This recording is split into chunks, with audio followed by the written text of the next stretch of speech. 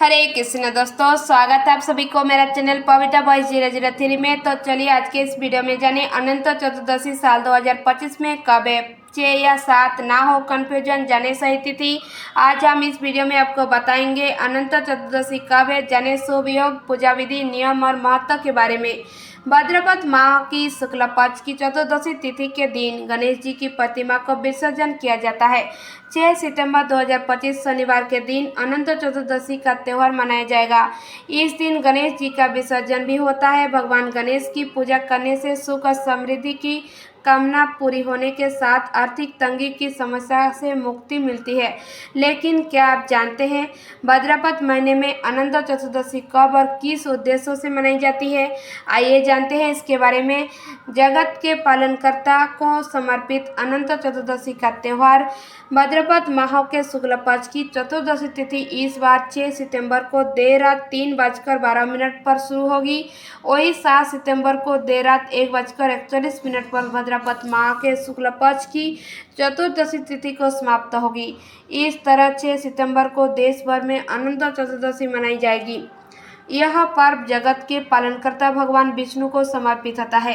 इस दिन श्री विष्णु के साथ माता लक्ष्मी भी पूजा अर्चना की जाती है। इसके साथ ही रक्षा सूत्र भी बांधा जाता है। लक्ष्मी नारायण की पूजा करने से जीवन में सुख और सौभाग्य की प्राप्ति होती है। यह पर्व जगत के पालनकर्ता भगवान विष्णु को समर्पित होता है। इस दिन श्री विष्णु के साथ माता लक्ष्मी की भी पूजा अर्चना की जाती है। इसके साथ ही रक्षा सूत्र भी बांधा जाता है। लक्ष्मी नारायण की पूजा करने से जीवन में सुख और सौभाग्य की प्राप्ति होती है। अनंत चतुर्दशी शुभ योग क्या है, आइए जानते हैं। अनंत चतुर्दशी के मौके पर शुक्रमा और रवि शुभ योग का निर्माण हो रहा है।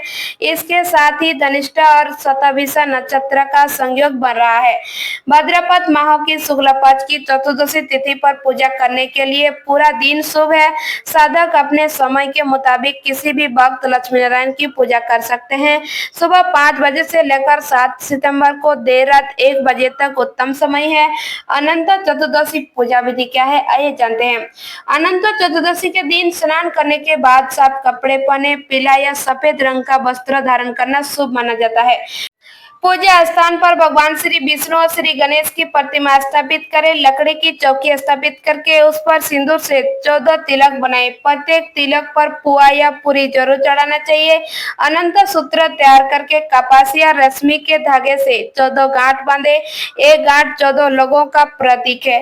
इस सूत्र को पंचामृत में 5 बार घुमाएं। इसके बाद धूप, दीप, फूल, फल और तुलसी अर्पित करें। इसके बाद श्री अनंत स्वरूप विष्णु की कथा सुने और विष्णु सहस्त्र का पाठ करें।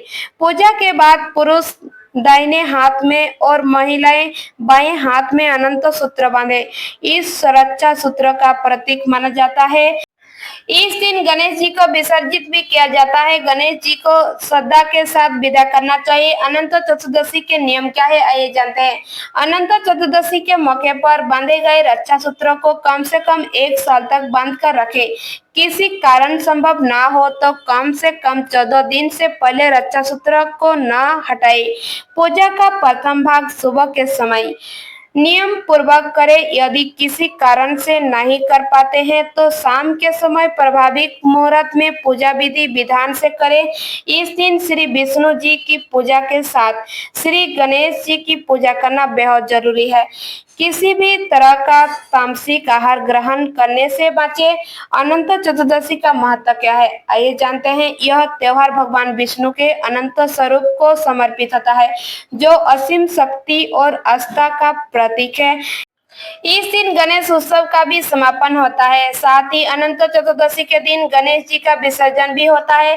पुरानी कथा के मुताबिक यदि कोई श्रद्धा और नियम के साथ इस दिन व्रत करता है तो उसे मनवांछित फल की प्राप्ति के साथ भगवान विष्णु का आशीर्वाद भी प्राप्त होता है। धन्यवाद दोस्तों। अगर मेरा चैनल आपको पसंद आए तो प्लीज लाइक सब्सक्राइब जरूर कीजिएगा और मेरे चैनल में आप सभी लोग बने रहिए। हम ऐसे वीडियो लेके आएंगे। जय श्री कृष्णा।